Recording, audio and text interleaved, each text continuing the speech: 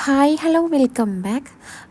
ഇന്ന് നമ്മുടെ വീട്ടിൽ ദോശമാവോ അല്ലാന്നുണ്ടെങ്കിൽ ഇഡ്ഡലി മാവൊക്കെ ബാക്കി വരുന്ന ടൈമിൽ നമുക്ക് വളരെ സിമ്പിളായിട്ട് അല്ലെങ്കിൽ വെറൈറ്റി ആയിട്ടൊക്കെ ഉണ്ടാക്കിയെടുക്കാൻ പറ്റുന്ന ഒരു സ്നാക്സ് റെസിപ്പിയാണ് ഇന്ന് ഷെയർ ചെയ്യുന്നത്. അപ്പോൾ വീഡിയോ സ്കിപ്പ് ചെയ്ത് കാണുക, ഇഷ്ടമായി ലൈക്ക് ചെയ്യുക, ഷെയർ ചെയ്യുക, പിന്നെ സബ്സ്ക്രൈബ് ചെയ്യാനും മറക്കല്ലേ. അപ്പോൾ ഈ റെസിപ്പി എങ്ങനെ തയ്യാറാക്കിയെടുക്കുക എന്നുള്ളത് നോക്കാം.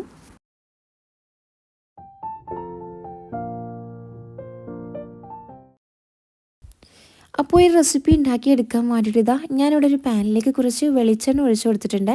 വെളിച്ചെണ്ണ ഒഴിച്ചു കൊടുക്കാനായിട്ട് നോക്കുക, ഓയിൽ വേണ്ട കേട്ടോ. വെളിച്ചെണ്ണയിലാണ് നമ്മൾ ഇത് ഉണ്ടാക്കിയെടുക്കുന്നത്. ഇനിയിപ്പോൾ അതിലേക്ക് കുറച്ച് കറിവേപ്പില ചെറുതായിട്ടൊന്ന് കട്ട് ചെയ്തിട്ട് ഒന്ന് മൂപ്പിച്ചെടുക്കുന്നുണ്ട്. പിന്നെ അതിലേക്ക് വലിയുള്ളിയാണ് ചേർത്ത് കൊടുക്കുന്നത്.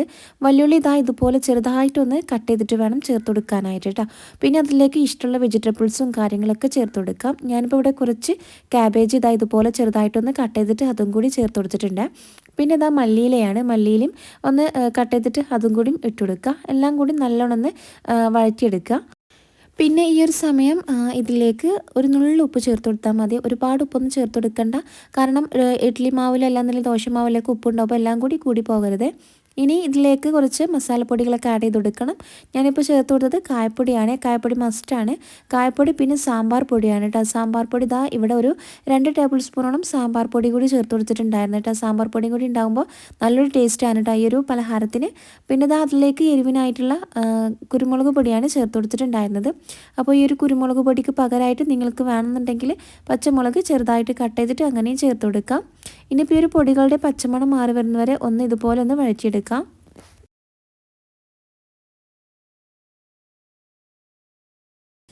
അപ്പോൾ ഇതിലേക്കുള്ള മസാല ഇവിടെ റെഡി ആയിട്ടുണ്ട്. ഇനി നമുക്ക് ഗ്യാസ് ഓഫ് ചെയ്തിട്ട് ആ ഒരു മസാല നമുക്ക് ഈ ഒരു ഇഡ്ഡലിയും ബാറ്ററിലേക്ക് ചേർത്ത് കൊടുക്കാം കേട്ടോ. ഞാനിപ്പോൾ ഇവിടെ ഇഡ്ഡലി മാവാണ് എടുത്തിട്ടുണ്ടായിരുന്നത്. ദോശമാവോ ഇഡ്ഡലി മാവോ ഏതും എടുക്കാവുന്നതാണ്. അപ്പോൾ ഈ ഒരു ഇഡ്ഡലി മാവിലേക്ക് ഇതുപോലെ ഒന്ന് ചേർത്ത് കൊടുക്കാം. എന്നിട്ട് നല്ലോണം മിക്സാക്കി എടുക്കുക കേട്ടോ. ഉപ്പൊക്കെ നോക്കിയിട്ട് ചേർത്ത് കൊടുക്കാം. ഇഡ്ഡലി മാവിലേക്ക് ഓൾറെഡി ഉപ്പുണ്ടാവും. പിന്നെ നമ്മൾ നേരത്തെ മസാലയിലും ഉപ്പ് ചേർത്ത് കൊടുത്തിട്ടുണ്ടായിരുന്നു. അപ്പോൾ അതെല്ലാം നോക്കിയിട്ട് വീണ്ടും ആവശ്യമായിട്ട് തോന്നുകയാണെന്നുണ്ടെങ്കിൽ മാത്രം കുറച്ച് ഉപ്പ് ചേർത്ത് കൊടുക്കുക കേട്ടോ. അപ്പോൾ നമ്മുടെ മാവൊക്കെ ഇവിടെ റെഡി ആയിട്ടുണ്ട്. ഇനി നമുക്കിത് ഓരോന്നായിട്ട് ചുട്ടെടുക്കാം. ഞാനിപ്പോൾ ഇത് ഉണ്ടാക്കിയെടുക്കുന്നത് ഉണ്ണിയപ്പ ചട്ടിയിലാണ് കേട്ടോ. ഉണ്ണിയപ്പത്തിൻ്റെ ആ ഒരു ഷേപ്പിലാണ് ഉണ്ടാക്കിയെടുക്കുന്നത്. നിങ്ങൾക്ക് സാധാരണ ഷേപ്പൊന്നും വേണ്ടാതെ ഇങ്ങനെ നുള്ളിയിട്ട് കൊടുക്കുകയാണെന്നുണ്ടെങ്കിൽ അങ്ങനെയും ചെയ്തെടുക്കാവുന്നതാണ്. അപ്പോൾ ഞാനിവിടെ ഒരു ഉണ്ണിയപ്പ ചട്ടിയിൽ കുറച്ച് ഓയിൽ ഒഴിച്ച് കൊടുത്തിട്ടുണ്ടായിരുന്നു. നല്ലോണം ചൂടായി വന്നാൽ നമുക്കിത് കുറേശ്ശായിട്ട് ഒഴിച്ചു കൊടുത്തിട്ട് സാധാരണ ഉണ്ണിയപ്പൊക്കെ ചുട്ടെടുക്കുന്ന അതേ രീതിയിൽ തന്നെ ഒന്ന് തിരിച്ചു മറിച്ചിട്ട് കൊടുത്തിട്ട് ഒന്ന് ചുട്ടെടുക്കാവുന്നതാണ്. ഒരു ഗോൾഡൻ കളറായി വന്നാൽ നമുക്കതിൽ നിന്ന് കോരി മാറ്റാം.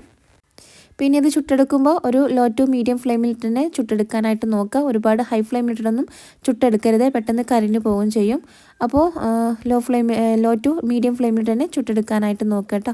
നല്ല ടേസ്റ്റി ആയിട്ടുള്ളൊരു സ്നാക്സ് റെസിപ്പിയാണ്. എന്തായാലും ട്രൈ ചെയ്ത് നോക്കുക. നമ്മുടെ വീടുകളിൽ എപ്പോഴും ഇഡ്ഡലിയോ അല്ലാന്നുണ്ടെങ്കിൽ ദോശയൊക്കെ ചുട്ടെടുക്കുന്ന ടൈമിൽ കുറച്ച് മാവെങ്കിലും ബാക്കിയുണ്ടാകും. അപ്പോൾ അത് വെച്ചിട്ട് ഇതുപോലെ തയ്യാറാക്കി നോക്കട്ടെ. കുട്ടികൾക്കായാലും വലിയവർക്കായാലും എല്ലാവർക്കും ഒരുപോലെ ഇഷ്ടപ്പെടും. അപ്പോൾ എന്തായാലും ട്രൈ ചെയ്ത് നോക്കിയിട്ട് ഫീഡ്ബാക്ക് അറിയിക്കാനൊന്നും മറക്കല്ലേ. പിന്നെ ഇതിൻ്റെ കൂടെ സൈഡായിട്ട് ചട്ടണിയൊക്കെ ഉണ്ടെന്നുണ്ടെങ്കിൽ അതും കൂട്ടി കഴിച്ചാൽ അടിപൊളിയായിരിക്കും കേട്ടോ. അപ്പോൾ എന്തായാലും ഈ ഒരു വീഡിയോ ഇഷ്ടമായി ലൈക്ക് ചെയ്യുക, ഷെയർ ചെയ്യുക. പിന്നെ ഫാമിലി ഫ്രണ്ട്സിലേക്ക് എല്ലാവരിലേക്കും ഒന്ന് ഷെയർ ചെയ്തെടുക്കാനും കൂടി മറക്കല്ലേ. അപ്പോൾ ഇതുപോലത്തെ ഈസി റെസിപ്പീസിനൊക്കെ വേണ്ടിയിട്ട് ഒരു ചാനൽ സബ്സ്ക്രൈബ് ചെയ്യുക. സബ്സ്ക്രൈബ് ചെയ്യുമ്പോൾ ബെല്ലൈക്കൺ പ്രസ് ചെയ്ത് ഉള്ളുന്ന ഓപ്ഷനും കൊടുക്കാൻ മറക്കരുത് കേട്ടോ. എങ്കിൽ മാത്രമേ ഞാനിടുന്ന വീഡിയോസിൻ്റെ നോട്ടിഫിക്കേഷൻ നിങ്ങൾക്ക് ലഭിക്കുള്ളൂ. അപ്പോൾ ഇൻഷാ അല്ലാഹ് പുതിയൊരു വീഡിയോയിൽ കാണാം. താങ്ക്